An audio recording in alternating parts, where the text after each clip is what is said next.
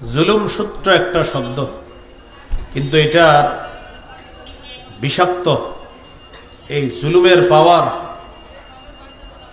এত বেশি যে জুলুম নামক এই শব্দটা যাদের মধ্যে আছে তারা মানুষ থেকে হিংস্র জানোয়ারের মতো রূপান্তরিত হয়ে যায়। জুলুম নামক শব্দটা যাদের স্বভাবে আছে, এই হলো প্রথম কথা। যারা জুলুম করে, যারা জালেম, তাদের কিছু স্লোগান আছে মানবাধিকার রক্ষা করা। কি রক্ষা করা? মানবাধিকার রক্ষার নামে তারা আবার নিরীহ মানুষের উপর অস্ত্র চালায়, হামলা চালায়, বোমা ফালায়, প্লেন থেকে হেলিকপ্টার থেকে বোমা মেরে নিরীহ মুসলমানদেরকে হত্যা করে। এটার নাম দেয় মানবাধিকার। ফিলিস্তিনের শিশুদেরকে নির্যাতন করা, জুলুম করা। আর যারা নির্যাতন জুলুম করে তাদের মুখে মানবাধিকার শব্দ, মানবাধিকার বলাটা এটা একটা চূড়ান্ত বেঈমানি, বদমাশি আর ইত্রামি ছাড়া অন্য কিছু না। একদিক দিয়ে বলে মানবাধিকার, আরেক দিক দিয়ে তাদের উপর জুলুম নির্যাতন করে। এটা একটা ইত্রামি। তারা মানবাধিকার মানবাধিকার বলে মানুষ হত্যা করে। সূরা মাইদার ৩২ নম্বর আয়াতে আল্লাহ বলেন, মান কাতালা নাফসাম বিগাইরি নাফসিন আও ফাসাদিন ফিল আরদি ফাকান্নামা কাতালান নাস জামিআ। যে ব্যক্তি অন্যায়ভাবে কোনো নিরপরাধ মানুষকে হত্যা করলো, যে ব্যক্তি কোনো মানুষকে হত্যা করলো বিগাইরি নাফসিন, অন্য কাউকে হত্যার অপরাধ ছাড়াই, অথবা দুনিয়াতে ফাসাদ সৃষ্টি নামক অপরাধ, এই অপরাধ সংগঠিত করা ছাড়াই কোনো ব্যক্তিকে শুধু শুধু হত্যা করলো, ফাকান্নামা কাতালান নাস জামিআ, সে কেমন যেন সারা পৃথিবীর সব মানুষকে হত্যা করলো। ওয়ামান আহইয়াহা ফাকান্নামা আহইয়ান নাস জামিআ, যে ব্যক্তি কোনো মানুষের জীবন রক্ষা করলো সে কেমন যেন সারা পৃথিবীর সমস্ত মানুষের জীবন রক্ষা করলো। তাহলে মানবাধিকার স্লোগানটা সুন্দর, কিন্তু মানুষ হত্যা করা, মানুষ হত্যা করা, যারা মানুষ হত্যা করে তাদের মুখে মানবাধিকার স্লোগানটা কি সুন্দর? না, মানবাধিকার লঙ্ঘন করে, এটার নাম দিতেছে মানবাধিকার রক্ষা। আল্লাহ এই জাতীয় জালেমদের জুলুম থেকে আল্লাহ আমাদেরকে হেফাজত করেন। এই জন্য মনে রাখবেন, জালেমদের কিছু কিছু কাজ ভালো লাগলেও তার প্রতি ঝুঁকার কোনো সুযোগ নেই। কিছু কাজ ভালো লাগতে পারে আপনার জালেমদের, এই বলে যে আপনি তাদের প্রতি ঝুঁকে পড়বেন, এর কোনো সুযোগ নেই। আওয়াজ কমান ভাই। হ্যাঁ, তো জালেমদের প্রতি ঝুঁকে যাওয়ার কোনো সুযোগ নাই। সূরা হুদের ১১৩ নম্বর আয়াতে আল্লাহ বলেন, ওয়ালা তারকানু ইলাল্লাযীনা যালামু ফাতামাসসাকুমুন নার, তোমরা জালেমদের প্রতি অনুরক্ত হয়েও না, ঝুঁকে পড়ো না। ফাতামাসসাকুমুন নার, আগুন তোমাদেরকে স্পর্শ করবে যদি জালেমদের প্রতি ঝুঁকে পড়ো। ওয়ামা লাকুম মিন দুনিল্লাহি মিন আউলিয়া সুম্মা লা তুনসারুন, আল্লাহর মোকাবেলায় কোনো অভিভাবক পাবা না, সাহায্যকারী পাবা না, তোমাদেরকে সাহায্য করা হবে না। তাহলে কি শিখলাম? জালেমদের দুই একটা কাজ ভালো লাগতে পারে, এই ভালো লাগা মানে তার প্রতি ঝুঁকে যাওয়ার কোনো সুযোগ নাই। কোন জালেমের জুলুমকে ঢাকার জন্য এটা বলা যাবে না, এই উন্নতি ওই উন্নতি এগুলা বলা যাবে না, বরং জালেমের জুলুম এটা স্বীকার করতে হবে। কি ঠিক? মানে এটা আসলেই ঠিক। জালেমের জুলুম এটা আপনার শিখে, এটা জুলুম। জালেমের ভালো কাজ হইতে পারে দুই চারটা, কিন্তু এর মানে তার প্রতি কি করা যাবে না, ঝুঁকা যাবে না। সূরা হুদ ১১৩ নম্বর আয়াত। এই জন্য কোনো জালেমের প্রশংসা যদি আপনাদের সামনে কেউ করে, ১১৩ নম্বর আয়াতটা শোনায় দিবেন সূরা হুদের, যে ভাই জালেম জুলুম করলে তার ভালো দুই একটা কাজের প্রশংসা করা যাবে না। আল্লাহ বলছে তার প্রতি ঝুঁকা যাবে না, তার সহযোগী হওয়া যাবে না, তার প্রতি অনুরক্ত হওয়া যাবে না। এখন অনেক সময় এমন হয়, জালেমের জুলুম দেখে আমরা দেখি আল্লাহ তাআলা কিছু বলতেছে না, তখন ভাবি কি আল্লাহ মনে হয় তাকে ছেড়ে দিয়েছে। এটা ভাবারও কোনো সুযোগ নাই।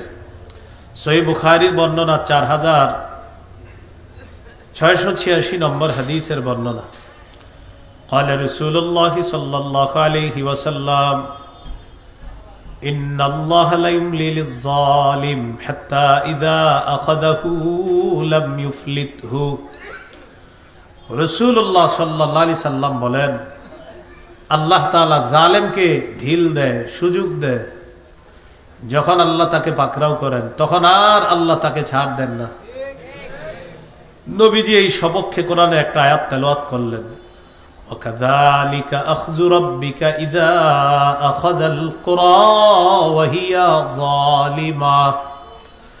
আল্লাহ তাআলা বলেন, আপনার রবের পাকড়াও এমনই, যখন তিনি কোনো জালেম জনপদকে পাকড়াও করেন তখন তার পাকড়াওটা এমনই হয়। আল্লাহর পাকড়াও আলিমুন, যন্ত্রণাদায়ক, শাদীদুন, খুব কঠিন, পীড়াদায়ক। এক কথায় 16 বছর আল্লাহ শেষ করে দিবে, এটা আল্লাহর পাকড়াও। খুব কঠিন, খুব যন্ত্রণাদায়ক, খুব পীড়াদায়ক। এই জন্য আল্লাহ যখন ধরে তখন কিন্তু আল্লাহ তাআলা জালেম মনে করে কি যে না আমি বেঁচে গেছি, বেঁচে গেছি, বেঁচে গেছি। কিন্তু যখন আল্লাহ ধরে ফেলে তখন জালেম বলে, ইস কেন এটা করলাম, কেন এটা করলাম। আফসোস করা ছাড়া আর উপায় থাকে না। এই হলো আজকের আলোচনার ভূমিকা। কি গেল ভূমিকা। এখন আমরা মূল আলোচনা শুনব। 1 নাম্বার, সবচেয়ে ক্ষমতাধর কে? আল্লাহ সবচেয়ে ক্ষমতাধর হওয়া সত্ত্বেও আল্লাহ তাআলা নিজের উপর হারাম করে নিয়েছেন জুলুম করা। জুলুম করা আল্লাহ নিজের উপর কি করে নিয়েছেন? হারাম করে নিয়েছেন। অথচ সবচেয়ে ক্ষমতাধর কে? আল্লাহ। কিন্তু আমাদের অবস্থা ঠিক আর বিপরীত। আমরা যদি ছোট্ট একটা জায়গার কোনো দায়িত্ব পাই, ছোট্ট একটা জায়গার দায়িত্ব পাই, তখন আমার অবস্থা এমন হয়ে দাঁড়ায়, চাপ এদিকে চাপ এদিকে। আর ভাই ঘটনা কি, কি হয়েছে আপনার এখনো? এটা বুঝুস না, পাওয়ারের একটা হিট চলতেছে, শরীর গরম আছে। অথচ আপনার ক্ষমতা একটু সামান্য একটা এলাকার, অথবা সামান্য একটা অংশের, অথবা কোনো মসজিদের দায়িত্ব পেয়ে গেছেন আপনি। সেখানে দায়িত্ব পাওয়ার আগের দিন আপনার চেহারা, আর দায়িত্ব পাওয়ার পরের দিন থেকে আপনি আরে সুবহানাল্লাহ, আল্লাহর ঘরে দায়িত্ব পেয়েছেন, শুকরিয়া আদায় করেন। এখানে আপনার ভাবসাব আলাদা কেন হবে? তো সবচেয়ে ক্ষমতাধর কে? আল্লাহ তাআলা। সহিহ মুসলিমের হাদিস 2577 নম্বর হাদিস, 2577। এই হাদিসটাকে বলা হয় হাদিসে কুদসি। আল্লাহ তাআলা বলেন, ইয়া ইবাদি ইন্নী হাররামতুজ যুলমা আলা নাফসি ওয়া জাআলতুহু বাইনাকুম মুহাররামা ফালা তাযালামু।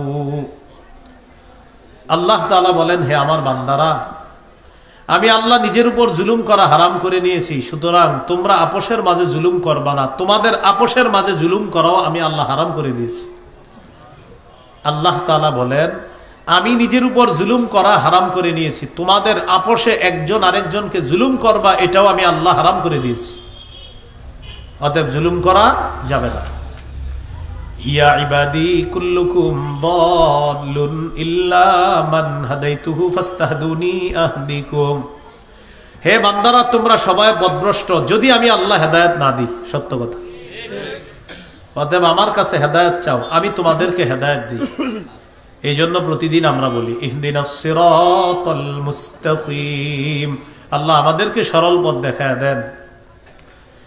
ইয়া ইবাদি কুল্লুকুম জাইউন ইল্লা মান আত'আমতুহু ফাস্তাত'ইমুনি উত'ইমকুম।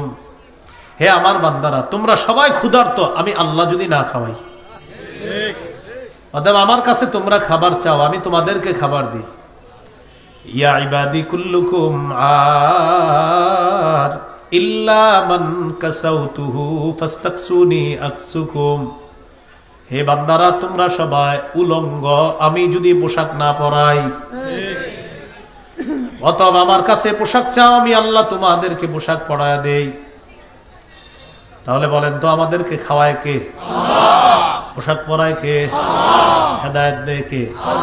আল্লাহ। এরপরে কি বলে দেখেন, ইয়া ইবাদি কুল্লুকুম তুখতিউনা বিল-লাইলি ওয়ান-নাহার ওয়া আনা আগফিরুয যুনুবা জামিআ। হে বান্দারা, তোমরা দিনেও গুনাহ করো, রাতেও গুনাহ করো, আর আমি সব গুনাহ মাফ করে দিই।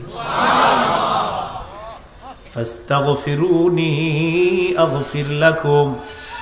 আমার কাছে ক্ষমা প্রার্থনা করো, আমি তোমাদের গুনাহগুলো ক্ষমা করে দিব।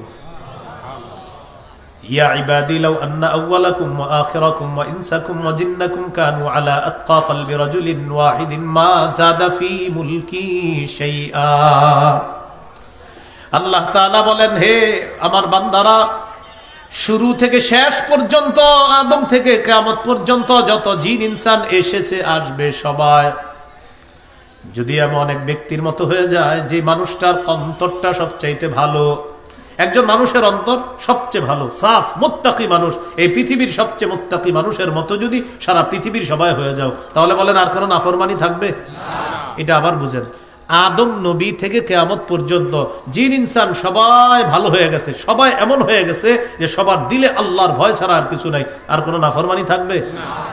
আল্লাহ তাআলা বলেন, এই যে সবাই তোমরা ভালো, মা যাদা ফি মুলকি শাইআ, তোমাদের ভালো হওয়াতে আমার রাজত্বে একটুও বাড়ে নাই। তোমরা সবাই ভালো হয়ে গেলে আমার রাজত্বে একটু বাড়ে না, তাহলে ভালো হইলে লাভ কার? আমাদের। বলেন লাভ কার? এরপরে কি বলে দেখেন, ইয়া ইবাদি লাউ আন্না আউওয়ালাকুম ওয়া আখিরাকুম ওয়া ইনসাকুম ওয়া জিন্নাকুম কানু আলা আফজারি কলবি রাজুলিন ওয়াহিদিন মিনকুম মা নাকাসা মিন মুলকি শাইআ। হে আদম সন্তান, আদম থেকে কিয়ামত পর্যন্ত সবাই জিন ইনসান সবাই যদি এমন হয়ে যায়, সবচেয়ে খারাপ হয়ে যায়, মানে পৃথিবীতে আর ভালো মানুষ নাই, সবাই খারাপ, সব ফেরাউন হয়ে গেছে, একদম খারাপ হয়ে গেছে সবাই, নমরুদ ফেরাউন হয়ে গেছে সবাই। আল্লাহ বলেন, এই যে খারাপ হয়ে গেছে সবাই তোমরা, মা নাকাসা মিন মুলকি শাইআ, সবাই খারাপ হয়ে গেল আমার রাজত্বে একটুও কমে না। তাহলে আমরা সবাই ভালো হয়ে গেলে আল্লাহ বলে আমার রাজত্ব একটু বাড়ে না, তোমরা সবাই খারাপ হয়ে গেলে আমার রাজত্ব একটু কমে না। হাদিস থেকে শিখলাম, ভালো হইলে আমাদের লাভ, খারাপ হইলে আমাদের লস। আল্লাহ বলতেছেন তোমরা সবাই ভালো, আমার রাজত্ব একটু বাড়বে না, তোমরা সবাই খারাপ, আমার রাজত্ব একটু কমে না। এগুলো আল্লাহ কেন বলতেছে দেখেন, শেষে আমি বুঝিয়ে দিচ্ছি। এরপরে বলে, ইয়া ইবাদি লাউ আন্না আউওয়ালাকুম ওয়া আখিরাকুম ওয়া ইনসাকুম ওয়া জিন্নাকুম কামু ফি সাঈদিন ওয়াহিদ ফাসআলুনি ফাআতাইতু কুল্লা ইনসানিন মাসআলা মা নাকাসা মিন মুলকি শাইআন মিম্মা ইনদিক ইল্লা কামা ইয়ানকুসুল মিখয়াতু ইযা উদখিলাল বাহরা। আল্লাহ তাআলা বলেন, আদম থেকে কিয়ামত পর্যন্ত যত জিন ইনসান সবাই এক জায়গায় যদি একত্রিত হয়, একদম সব জিন ইনসান সবাই এক জায়গায় একত্রিত হয়ে আমি আল্লাহর কাছে চাইছে একসাথে, কেউ বলছে আল্লাহ আপনি আমাকে রাজত্ব দেন, কেউ বলছে গাড়ি দাও, কেউ বলছে বাড়ি দাও, মানে সবাই একই সময় চাইছে। আল্লাহ বলেন, একই সময় আমি আল্লাহ সকলকে দিব। এখন মনে করো আমি সকলকে দিয়ে দিলাম, দিয়ে দেওয়ার পরে তোমাদের মাথায় ধারণা আসতে পারে আমাদেরকে আল্লাহ এত কিছু দিল একই সময়, না জানি কতটুকু কমছে। কতটুকু কমছে দেখেন, একটা সুই আমি সমুদ্রে স্থাপন করলাম, এই যে এখন সুইটা উঠাইলাম, সুইয়ের মাথায় 1 কেজি পানি উঠছে, কতটুকু? আরে ফোটাও তো বড়। আল্লাহ বলেন, সুই সমুদ্রে প্রবেশ করানোর পর, এটা উঠানোর পর সুইয়ের মাথায় যতটুকু দেখবা সারা পৃথিবীর সকলকে একসাথে দেওয়ার পর মনে করো অতটুকু তোমাদেরকে দিলাম, সব আমি আমার কাছে রেখে দিলাম। ওই সুইয়ের মাথায় যতটুকু, এতটুকু মনে করো তোমাদেরকে দিলাম, মানে এটা তোমাদেরকে বুঝানোর জন্য বলছি যে এতটুকু মনে করে দিলাম, আর গোটা মহা সমুদ্র আমার কাছে রেখে দিলাম। বুঝে আসছিনি কথাগুলো? এখন আল্লাহ তাআলা কি বুঝাইতে চায় যে আমার এত ক্ষমতা, এরপরেও আমি নিজের উপর জুলুম করা হারাম করেছি। সুবহানাল্লাহ। অতএব তোমরা একে অপরের উপর জুলুম করবা না। আল্লাহ আমাদেরকে জুলুম করা, জালেম হওয়া থেকে হেফাজত করেন।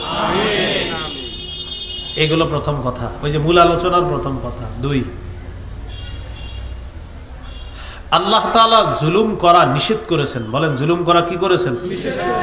সূরা নাহলের 90 নম্বর আয়াত। এখান থেকে একটা বিষয় শিখি। বলেন সূরা নাহলের 90 নম্বর আয়াতে আল্লাহ তাআলা 3টি বিষয়ে আদেশ করেছেন, 3টি বিষয়ে নিষেধ করেছেন। আচ্ছা বলেন তো, সূরা নাহলের 90 নম্বর আয়াতে আল্লাহ কয় বিষয়ে আদেশ করেছেন, কয় বিষয়ে নিষেধ করেছেন? আল্লাহ তাআলা বলেন, দেখেন খতিব সাহেবরা দ্বিতীয় খুতবায় যখন পড়ে তখন আপনারা ওই যে যেটা বললে দাঁড়ায় যান, হ্যাঁ খুতবায় ইন্নাল্লাহা ইয়া'মুরু বিল আদলি ওয়াল ইহসান ওয়া ইতা'i যিল কুরবা। হুজুর যখন এটা পড়ে একদল পাগলা পানি খাইতে থাকে, এটা তাড়াতাড়ি জানামাজ নেনে দৌড় দেয়, খুতবা শেষ হয়ে গেল। আল্লাহ তাআলা বলেন ইন্নাল্লাহা ইয়া'মুরু বিল আদলি ওয়াল ইহসান ওয়া ইতা'i যিল কুরবা। আল্লাহ তাআলা আদেশ করেন বিল আদলি, ইনসাফের। সুবহানাল্লাহ, কিসের বলেন? ইনসাফের। ওয়াল ইহসান, পরোপকারিতা, অন্যের উপকার করবেন এই আদেশ করেন। 3 নাম্বার ওয়া ইতা'i যিল কুরবা, নিকট আত্মীয়দেরকে দেওয়ার ব্যাপারে আল্লাহ আদেশ করেন। এই 3টা আদেশ করেন আল্লাহ। আর নিষেধ করেন কয়টা? ওয়া ইয়ানহা আনিল ফাহশাই ওয়াল মুনকার। আল্লাহ তাআলা নিষেধ করেন আনিল ফাহশা, অশ্লীল কর্মকাণ্ড করতে নিষেধ করেন। ওয়াল মুনকার, অপছন্দনীয় কর্মকাণ্ড থেকে আল্লাহ নিষেধ করেন। ওয়াল বাগি, সীমা লঙ্ঘন, জুলুম করতে আল্লাহ নিষেধ করেন।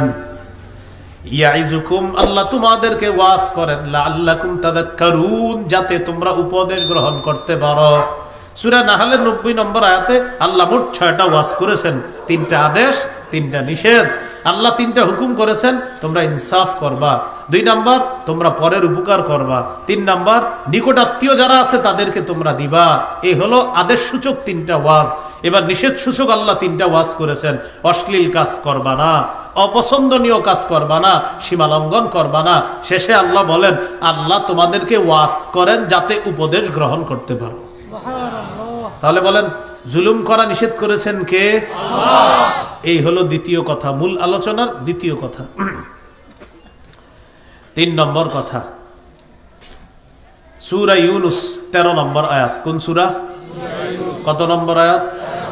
13 নম্বর আয়াতের বিষয়বস্তু হলো, বলেন আমার সাথে, অতীতে যারা জুলুম করেছে আল্লাহ তাদেরকে ধ্বংস করে দিয়েছে। অতএব এই আয়াত থেকে বোঝা যায় জুলুমের শেষ পরিণতি ধ্বংস। জুলুমের শেষ পরিণতি কি? আল্লাহ তাআলা বলেন ওয়ালাকাদ আহলাকনাল কুরুনা মিন ক্বাবলিকুম লাম্মা যালামু, তোমাদের পূর্বে অনেক জাতি, বহু জাতিকে আমি ধ্বংস করেছি। লাম্মা যালামু, যখন তারা জুলুম করেছে। ওয়াজাআতহুম রুসুলুহুম বিল বাইয়িনাত, তাদের কাছে তাদের রাসূলগণ প্রমাণ আদি নিয়ে এসেছে। প্রমাণ নিয়ে আসার পরেও তারা জুলুম করেছে। ওয়ামা কানু লিউমিনু, তারা ঈমান আনার ছিল না। সব প্রমাণ পেশ করছে, ঈমান আনে নাই, উল্টা জুলুম করছে। আল্লাহ বলেন তারা হলো অপরাধী। কাযালিকা নাজিজিল কওমাল মুজরিমিন, অপরাধীদের সাথে আমি আল্লাহ এমনটি করে থাকি, এমন আচরণ আমি আল্লাহ করে থাকি। জালেম যারা, অপরাধী যারা, তাদেরকে আমি ধ্বংস করে দেই। তাহলে জুলুমের শেষ পরিণতি ধ্বংস। এ হলো 3 নম্বর কথা। 4 নাম্বার, সূরা আনআমের 135 নম্বর আয়াত। এই আয়াতে আল্লাহ তাআলা বলে দেন যে জালেমরা কখনো সফল হয় না। বলেন জালেমরা কখনো সফল হয় না। তাহলে বলেন আমার সাথে, জালেমদের কিছুদিন সফলতা দেখা গেলেও শেষ পরিণতি ব্যর্থ। ভবিষ্যতেও যদি কেউ জুলুম করে কিছুদিন বাপ সাপ থাকলেও শেষ পরিণতি ব্যর্থ। কথা কি বুঝে আসছে? জুলুমের ভাবসাব কিছুদিন থাকবে, শেষ পরিণতি কি হবে? ব্যর্থ। দলিল সূরা আনআম 135 নম্বর আয়াত। আল্লাহ তাআলা বলেন কুল ইয়া কওমি আমালু আলা মাকানাতিকুম ইন্নী আমিল। নবী আপনি বলেন, হে আমার সম্প্রদায়, তোমরা তোমাদের অবস্থানে থেকে কাজ করতে থাকো, আমল করতে থাকো, আমিও আমার কাজ করি। এর মানে তোমরা যে কাজ করতেছো এটা হলো বাতিল কর্মকাণ্ড, আর আমি নবী যা করতেছি এটা হলো হক কর্মকাণ্ড। আমারটা হক, তোমাদেরটা বাতিল, বাকি করতে থাকো। নবী এটাও বলে দেন ফাসাউফা তা'লামুন, অচিরেই জানবা মান তাকুনু লাহু আকিবাতুদ দার, অচিরেই জানবা কার জন্য হবে শেষ পরিণতি। অচিরেই জানবা শেষ পরিণতিটা কার, আখিরাতের ব্যর্থ পরিণতি কার হবে আর শুভ পরিণতি কার হবে এটা জানবা।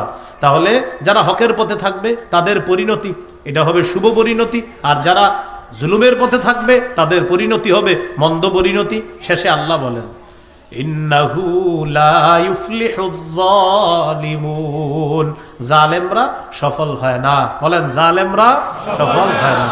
আল্লাহ আমাদেরকে জুলুম থেকে হেফাজত করেন।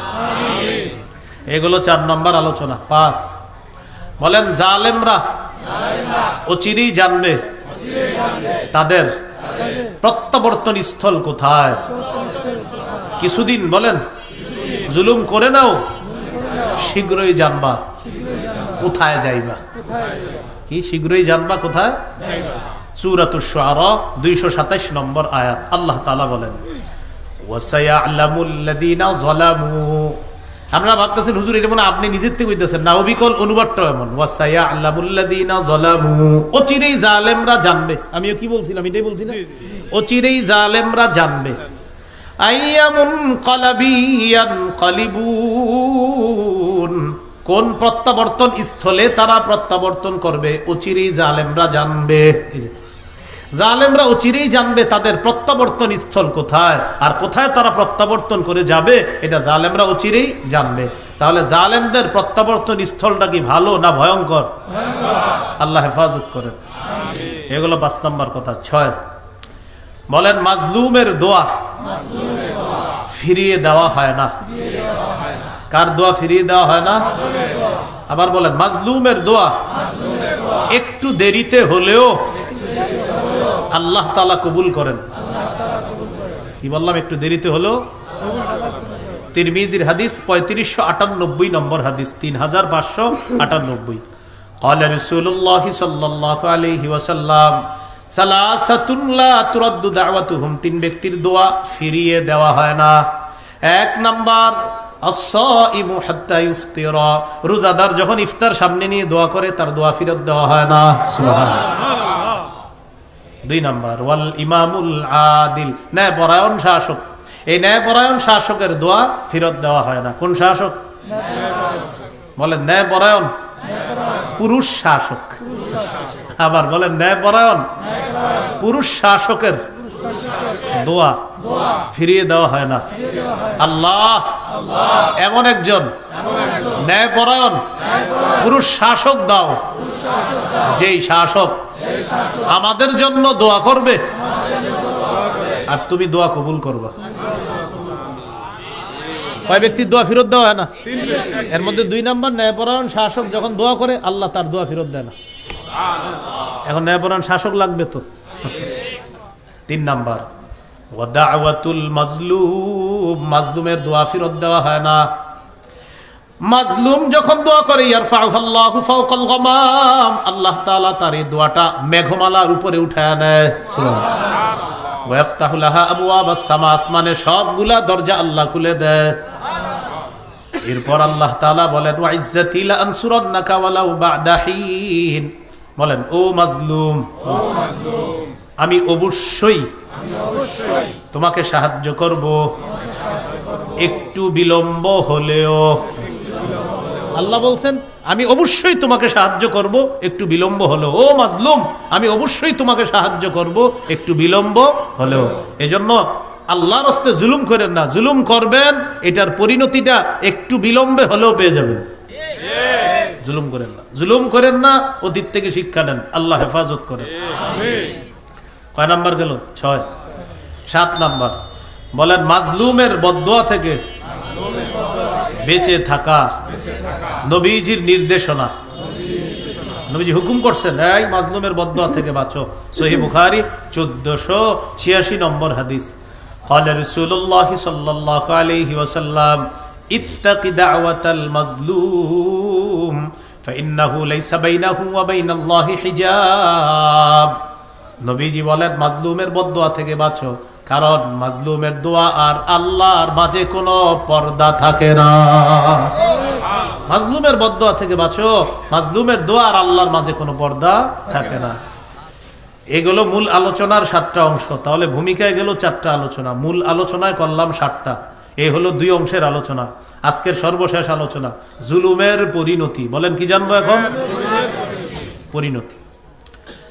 1 নম্বর পরিণতি, বলেন জুলুমের কারণে জালেম তার জন্য বরাদ্দকৃত হালাল রিজিক থেকে বঞ্চিত হয়। মানে জালেম জুলুম করার কারণে ওর জন্য আল্লাহর পক্ষ থেকে একটা রিজিক ছিল বরাদ্দ, এটা আল্লাহ উঠায় নেয়। তো যদিও এটা আমরা জানবো, এর সাথে তিনটা জিনিস আরো জানি, মোট চারটা। বলেন, চারটি অপরাধের কারণে আল্লাহ তাআলা হালাল বৈধ রিজিক উঠিয়ে নেন। কয় অপরাধে? এই চারটার মধ্যে একটা হলো জুলুম। হ্যাঁ, সূরা নিসার 160 161 নম্বর আয়াতে আল্লাহ বলেন, ফাবিজুলমিম মিনাল্লাযীনা হাদু হাররামনা আলাইহিম তাইয়্যিবাতিন উহিল্লাত লাহুম ওয়া বিসাদ্দিহিম আন সাবিলিল্লাহি কাসীরা ওয়া আখযিহিমুর রিবা ওয়া ক্বাদ নুহু আনহু ওয়া আকলিহিম আমওয়ালান নাসি বিল বাতিল।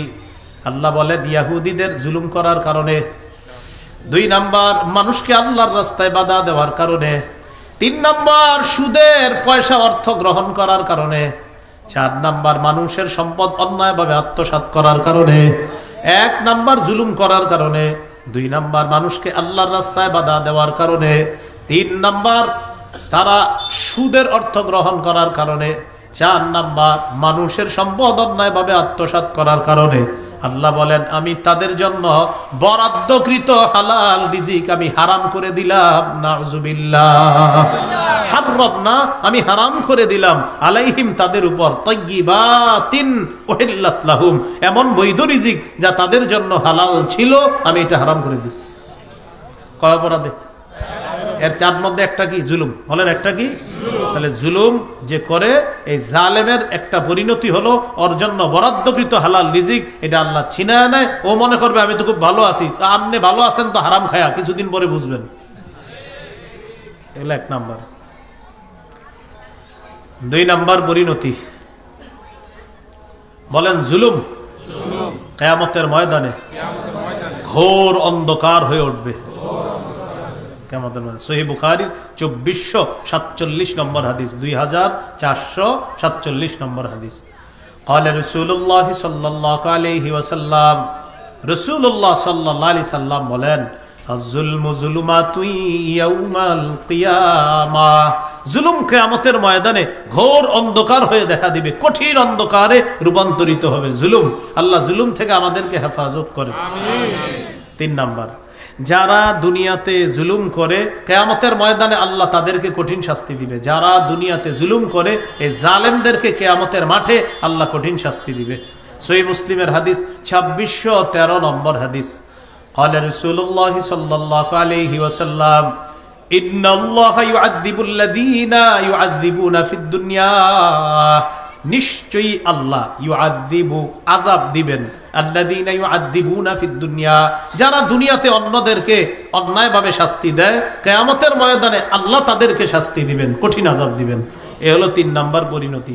4 নাম্বার, বলেন, 1 বিগত পরিমাণ অন্যের সম্পদ কেউ যদি অন্যায়ভাবে জুলুম করে, জোরপূর্বক আত্মসাৎ করে, কিয়ামতের ময়দানে জালেমের গলায় 7 তবক জমিন ঝুলিয়ে দেওয়া হবে।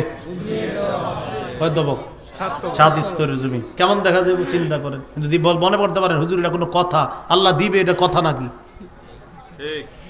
সহিহ বুখারীর বর্ণনা 2453 নম্বর হাদিস। এই হাদিসের মধ্যে আছে, قال رسول الله صلى الله عليه وسلم, নবীজি বলেন, মান যালামা কিদা শিবিরিন, মান যালামা কিদা শিবিরিন, মান যালামা কিদা শিবিরিন, কোন ব্যক্তি যদি অন্যায়ের কোন 1 বিগত পরিমাণ সম্পদ আত্মসাৎ করে, অন্যায়ভাবে জুলুম করে, অন্যায়ভাবে আত্মসাৎ করে, তুওয়িকাহু ইয়াউমাল কিয়ামাতি মিন 7 আরদিনা, আল্লাহ তাআলা তার গলায় 7 তবক জমিন ঝুলিয়ে দিবে কিয়ামতের ময়দানে। কেউ যদি 1 বিগত পরিমাণ কারো সম্পদ আত্মসাৎ করে।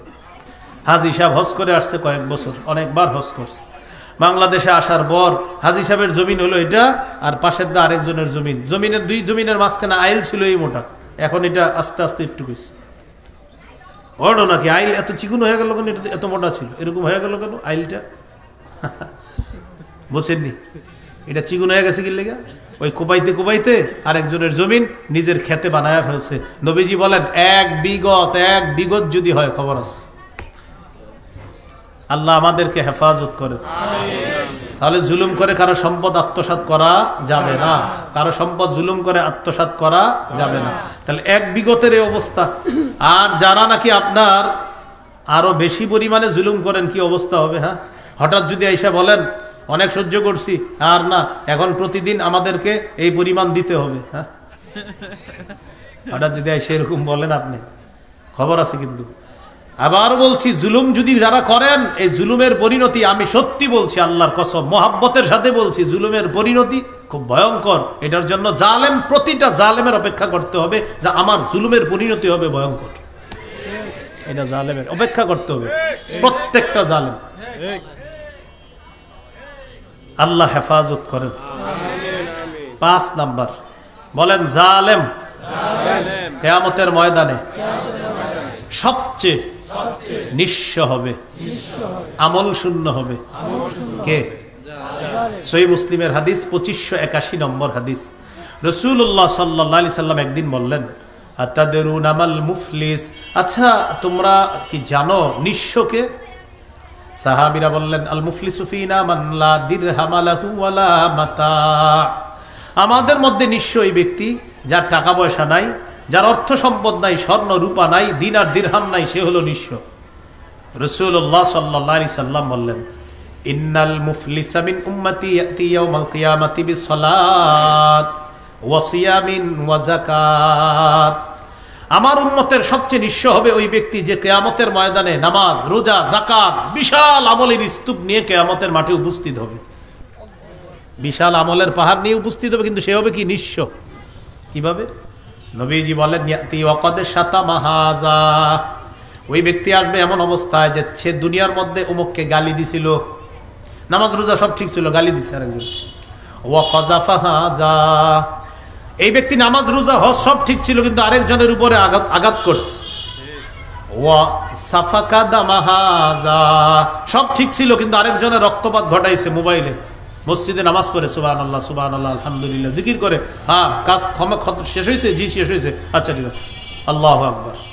হ্যাঁ, এই যে আপনি মোবাইল দিয়া কাজ করাইতেছেন, মানুষের রক্তপাত ঘটাইতেছেন, আর মাশাআল্লাহ আমরা সবাই আপনার সুফি ভাবতেছি। তো নবীজি বলেন, ওয়াসাফাকা দামা হাযা, আরেকজনের রক্তপাত ঘটাইছে। ওয়া আকালা মালা হাযা, আরেকজনের সম্পদ অন্যায়ভাবে আত্মসাৎ করছে। কিরে অমুক দোকানেরটা পাইছস? হ্যাঁ আচ্ছা ঠিক আছে, আল্লাহু আকবার, হ্যাঁ আস্তাগফিরুল্লাহ আস্তাগফিরুল্লাহ আস্তাগফিরুল্লাহ বললেন না আপনি? এই যেগুলা করছেন, নবীজি বলেন এই ব্যক্তি আসছে কিয়ামতের মাঠে, আর বছরে বছরে 10-12 জনকে হজে নিছেন। আপনি কোথায় নিছেন? নিজেও করছেন হজ, অনেকের হজে নিছেন, আর ভাবে কি মাশাআল্লাহ লোকটা 10 জন হজে নিছে, ও আমার সম্পদ খাইতেছে। হ্যাঁ বলতেছে 10 জন হজে নিছে, তো এক গরিব কয়, কিছু মনে করেন না, কানে কানে একটা কথা বলি, ওমকে আমার এই বিঘা পরিমাণ সম্পদ খাইতেছে, ওমকে আপনাদেরকে হজে নিছে না, কানে কানে বলতেছে ওমকে আমার ওই পুকুরটা আত্মসাৎ করে খাইতেছে গত 12 বছর। নবীজি বলেন এই ব্যক্তি কিয়ামতের মাঠে যখন আসবে, আসার পর তখন মাজলুমরা চারদিক থেকে এসে ঘেরাও করে ধরে বলবে, আল্লাহ পাওনা চাই। কি পাওনা? আমার গালি দিস, তুমি আমারে আঘাত করছ, তুমি আমার রক্তপাত ঘটাইছ, তুমি আমার সম্পদ আত্মসাৎ করছ। নবীজি বলেন, ফায়ুতা হাদা মিন হাসানাতি ওয়া হাদা মিন হাসানাতি ওয়া ইউতা হাদা মিন হাসানাতি। এক মাজলুমকে জালেমের নেক আমলগুলা দেওয়া হবে, আরেক মাজলুমকে জালেমের নেক আমলগুলা দেওয়া হবে, আরেক মাজলুমকে জালেমের নেক আমল নামা দেওয়া হবে। নবীজি বলেন, আহা, জালেমের নেক আমলগুলা শেষ হয়ে গেছে। শোনেন না, মূল ঘটনা শেষ হয় নাই। নবীজি বলেন শেষ হওয়ার পর কি হয়েছে জানো? ফাইন ফানিয়াত ক্বাবলা আইয়ুকযা মা আলাইহি, যদি জালেমের নেক আমলগুলা শেষ হয়ে যায়, বিচার এখনো শেষ হয় নাই, নেক আমল শেষ, এর মানে মাজলুমদের সংখ্যা এখনো শেষ হয় নাই, তার নেক আমল শেষ। অন্যান্য মাজলুমরা বলে আল্লাহ আমরা, তখন আল্লাহ তাআলা বলেন, এখন এক কাজ করো, তোমরা যে দুনিয়াতে গুনাহ টুনা কিছু করছো, মাজলুম যারা আছো, উখিযা মিন খাতায়াহুম, তাদের গুনাহগুলা এনে ওই জালেমকে দেওয়া হবে। জালেমকে গুনাহের বিশাল পাহাড়ের মধ্যে নিয়ে গেছিল, আমলের পাহাড়, এখন গুনাহের পাহাড় সহ তুরিহা ফিন নার, জাহান্নামে নিক্ষেপ করা হবে। তাহলে বলেন কি হলো? নিঃস্ব। কি হলো? নিঃস্ব, সবচেয়ে নিঃস্ব। আমলনামা নিয়ে গেছিল কিন্তু নিঃস্ব হয়ে যাবে। আল্লাহ আমাদেরকে হেফাজত করেন। এ হলো 5 নাম্বার। 6 নাম্বার সর্বশেষ কথা, সূরা নাহলের 85 নম্বর আয়াত। এই আয়াতে আল্লাহ তাআলা বলে দিয়েছেন যে যারা জালেম হবে তাদের আযাব লাঘব করা হবে না। আল্লাহ বলেন ওয়াইযা রাআল্লাযীনা যালামুল আযাবা ফালা ইউখাফফাফু আনহুম, জালেমরা যখন আযাব দেখবে কিয়ামতের ময়দানে, ওয়াইযা রাআল্লাযীনা যালামুল আযাবা, জালেমরা যখন আযাব দেখবে, লা ইউখাফফাফু আনহুম, আল্লাহ বলে আযাব কিন্তু লাঘব করা হবে না, হালকা করা হবে না। জালেমদের আযাব লাঘব করা হবে না, হালকা করা হবে না। এই হলো জালেমদের 6টা পরিণতি বললাম। তাহলে কয়েকটা কথা আমার সাথে বলেন। বলেন জুলুম করব না, জালেম হব না, জালেমের সহযোগী হব না, জালেমের 2-4টা ভালো কাজ দেখে তার প্রতি ঝুঁকে পড়ব না। আবার জুলুম করব না, জালেম হব না, জালেমের সহযোগী হব না, জালেমের কিছু ভালো কর্মকাণ্ড দেখে তার প্রতি ঝুঁকে পড়ব না। মনে থাকবেন ইনশাআল্লাহ। আল্লাহ তাআলা আমাদের সকলকে জুলুম নামক ভয়ঙ্কর অপরাধ থেকে যেন আমরা বাঁচতে পারি, আল্লাহ তৌফিক দান করেন। ভাই আলোচনা চলবে, ওলামায়ে কেরাম আরো রয়ে গেছে। আচ্ছা ঠিক আছে, আচ্ছা ঠিক আছে। একটা ঘোষণা দিতে বলা হয়েছে, ওই গাড়িতে মিম্বরের আমানত আছে আমার সংকলন। ওই দিন আপনারা অনেকে চেয়েছিলেন, নিতে পারেন নাই সময়ের অভাবে, আজকেও পাবেন না সময়। সর্বোচ্চ আমি যাওয়া পর্যন্ত 2-4 মিনিট। 6টা খণ্ড আছে মিম্বরের আমানত। প্রথম খণ্ডে সন্তানের 64টা অধিকার, দ্বিতীয় খণ্ডে শিরিক বেদাত কুফুর তাওহীদ, তৃতীয় খণ্ডে হালাল হারাম, চতুর্থ খণ্ডে স্বামী স্ত্রীর অধিকার, পঞ্চম খণ্ডে লা ইলাহা ইল্লাল্লাহর ব্যাখ্যা, ষষ্ঠ খণ্ডে নামাজ সম্পর্কে আলোচনা। যাদের প্রয়োজন হয় এখানে গাড়ি, কোথায় জানি গাড়িটা আছে, ওখান থেকে আছে, ওই যে এখানে গাড়ি আছে, ওদের থেকে সংগ্রহ করতে পারেন। এখান থেকে সংগ্রহ করতে না পারলে অনলাইনে লিখবেন মিম্বরের আমানত, ওখান থেকে বাংলা বাজার থেকে আপনি অর্ডার করলে ওরা আপনার কাছে পৌঁছিয়ে দিবে। আল্লাহ তাআলা আমাদের সকলকে। ইজতেমার তারিখ 31শে জানুয়ারি, 1-2 ফেব্রুয়ারি। হ্যাঁ, এটাই তো এখনো আছে। 31শে জানুয়ারি, 1-2 ফেব্রুয়ারি। হ্যাঁ, ইজতেমার তারিখ এটাই, 31শে জানুয়ারি, 1-2 ফেব্রুয়ারি। আর ওলামায়ে কেরামের তত্ত্বাবধানেই চলবেন। হ্যাঁ, ওলামায়ে কেরামের তত্ত্বাবধানে থাকার চেষ্টা করবেন। খুব ভালো করে মনে রাখবেন, এমন কারো অনুসরণ করা যাবে না যার থেকে কোনো ধরনের গুমরাহি হয়, এরকম কোনো কথা বলা যাবে না। আল্লাহ হেফাজত করেন। আলহামদুলিল্লাহ রাব্বিল আলামিন, ওয়াল আকিবাতু লিল মুত্তাকিন, ওয়াস সালাতু ওয়াস সালামু আলা সাইয়্যিদিল আমবিয়াই ওয়াল মুরসালিন ওয়া আলা আলিহি ওয়া আসহাবিহি আজমাইন। ربنا ظلمنا أنفسنا وإن لم تغفر لنا وترحمنا لنكونن من الخاسرين رب ارحمهما كما ربياني صغيرا। মাবুদ মেহেরবান মাওলা, মাহাদুস সুন্নাহকে আপনি সুন্নাহর মার্কাজ বানায়া দেন। আল্লাহ মাহাদুস সুন্নাহর এই ইজলাসকে আপনি কবুল করে নেন, উলামা সম্মেলনকে আপনি কবুল করে নেন। আল্লাহ বিপদ আপদ থেকে আমাদেরকে হেফাজত করেন। আল্লাহ ঈমান ইসলামের উপর থাকার তৌফিক দান করেন। আল্লাহ জুলুম নির্যাতন কুফর শিরিক বেদাত থেকে হেফাজত করেন। আল্লাহ জুলুম করা, জালেম হওয়া, জালেমের সহযোগী হওয়া, জালেমের প্রতি ঝুঁকে পড়া থেকে আমাদেরকে আপনি হেফাজত করেন, আমাদেরকে মাফ করে দেন। ঈমান ইসলামের উপর থাকার তৌফিক দান করেন। আল্লাহ মাজলুমের বদদোয়া থেকে আমাদেরকে হেফাজত করেন। আল্লাহ মাজলুমের বদদোয়া থেকে আমাদেরকে হেফাজত করেন। আল্লাহ মাজলুমের বদদোয়া থেকে আমাদেরকে হেফাজত করেন। আল্লাহ জুলুম সম্পর্কে যে কথাগুলো বললাম, সবাই যেন বুঝে শুনে এই ভয়ঙ্কর অপরাধ থেকে আমরা নিজেরা বেঁচে থাকতে পারি, তৌফিক দান করেন। আল্লাহ আমাদেরকে আপনি মাফ করে দেন। আল্লাহ আপনার এত ক্ষমতা, আল্লাহ সর্বময় ক্ষমতার মালিক আপনি। আল্লাহ সেই রব, আপনি বলছেন যে আপনি নিজের উপর জুলুম করা হারাম করে নিয়েছেন। আল্লাহ আমরা সামান্য সময়ের সাময়িক ক্ষমতায় কত কিছু করতে চাই মাওলা। আল্লাহ ক্ষমতার অপব্যবহার থেকে আমাদের সকলকে আপনি হেফাজত করেন। আল্লাহ আমাদেরকে আপনি মাফ করে দেন। আল্লাহ আয়েশা সিদ্দিকা রাদিয়াল্লাহু তাআলা, আবু বকর, ওমর, উসমান, আলী, আব্দুল্লাহ ইবনে মাসউদ।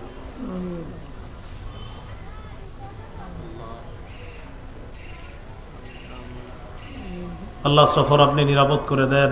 উলামায়ে কেরাম যারা সফরে আছে তাদের সফর নিরাপদ নির্বিঘ্ন করে দেন। আল্লাহ যারা কথা বলেছে তাদের ভালো কথাগুলোর সাথে আমাদের কথাগুলো আপনি কবুল করে নেন।